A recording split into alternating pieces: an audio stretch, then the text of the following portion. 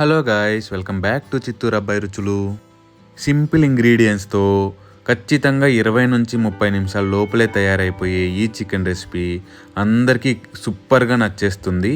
మందుబాబులకైతే మరీ ఫేవరెట్. ఎలా చేయాలో చూసేద్దాం పదండి.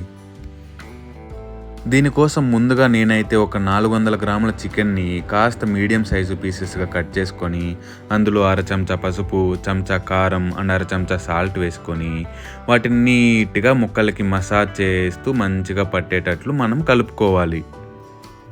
దాన్ని అలా పక్కనుంచేసి ఒక చెంచా జీలకర్ర, తర్వాత రాతి పువ్వు, చెక్క, లవంగాలు, యాలకలు అండ్ 10 నుంచి 20 ఎండుమిర్చి తీసుకోండి.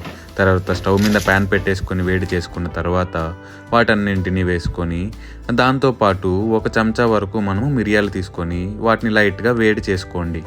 అవి వేగించి చల్లారిన తర్వాత ఇలా ఫైన్గా పేస్ట్ చేసుకొని తర్వాత కాస్త అల్లం అండ్ ఒక 6 నుంచి 7 వెల్లుల్లి రెబ్బలు తీసుకొని వాటిని బరకగా మిక్స్ చేసుకోండి.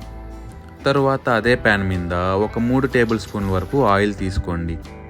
అది కాస్త వేడెక్కిన తర్వాత ఒక అర చెంచా వరకు ఆవాలు తీసుకొని వాటిని చిట్లనిచ్చిన తర్వాత సన్నగా తరుక్కున్న ఒక మీడియం సైజు ఆనియన్ స్లైసెస్ని వేసుకొని వాటిని మంచిగా ఒక గోల్డెన్ కలర్లో వచ్చేంత వరకు ఫ్రై చేసుకోండి. అలా ఫ్రై అయిన తర్వాత మనం ముందుగా పేస్ట్ చేసుకున్న అల్లం వెల్లుల్లి పేస్ట్ని వేసుకొని దాన్ని కూడా మంచిగా పచ్చివాసన పోయేంత వరకు కలుపుతూ ఫ్రై చేసుకోండి. అది కూడా అయిపోయిందా?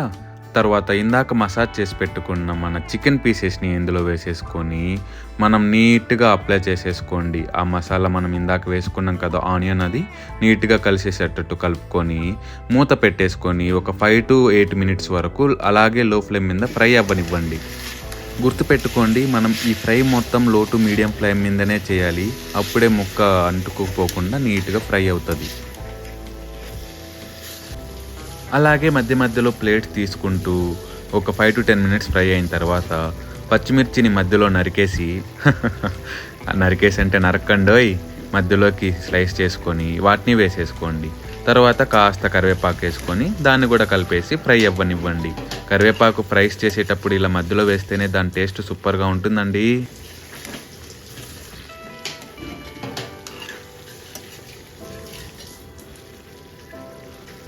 మళ్ళీ మూత పెట్టి మరొక 5 మినిట్స్ వేయించిన తర్వాత మరొక అర చెంచా వరకు పసుపు అండ్ ఒక చెంచా వరకు కారం పొడి అండ్ అలాగే 1 నుంచి 1.5 చెంచా వరకు ధనియాల పొడి అండ్ కొద్దిగా మీకు అవైలబుల్లో ఉంటే గరం మసాలా, వీటన్నింటినీ వేసేసుకొని మంచిగా కలుపుకోండి.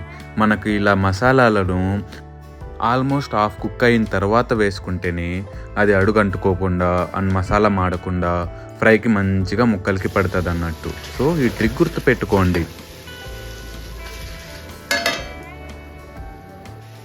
ఆల్మోస్ట్ ఒక 80% మనకు ఫ్రై అయిన తర్వాత మనం ఆల్రెడీ మిక్స్ చేసుకున్న మసాలాని ఒక సగం వరకు ముక్కలన్నిటికీ పట్టేలాగా వేసుకోండి అండ్ దాన్ని కూడా కలిపేసుకొని మరొక 2-3 మినిట్స్ వరకు ఫ్రై అవ్వనివ్వండి.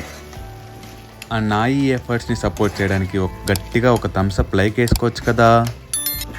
మరో 5 మినిట్స్ అది వేపుకున్న తర్వాత మిగిల్చుకున్న మసాలాను కూడా వేసుకొని దాన్ని కూడా కలుపుతూ మనం ఫ్రై చేసుకోవాలి. గుర్తుపెట్టుకోండి, మధ్య మధ్యలో కలుపుతూ ఫ్రై చేసుకుంటేనే అడుగంటుకోకుండా మసాలా అనేది మంచిగా ముక్కలకి పట్టి అది ఫ్రై అవుతుంది అన్నట్టు. అంతే బాబాయ్, ఇలా చేసుకుంటే ఖచ్చితంగా నచ్చుద్ది. దీన్ని మంచిగా సర్వ్ చేసుకొని నిమ్మకాయ పిండేసుకొని తింటే ఉంటుంది ఆహా, అంతే మైమర్చిపోవాలంతే. ఖచ్చితంగా మీరు కూడా ట్రై చేసి ఎలా ఉందో చెప్పడం మర్చిపోకండి. And thank you so much. See you in the next vlog.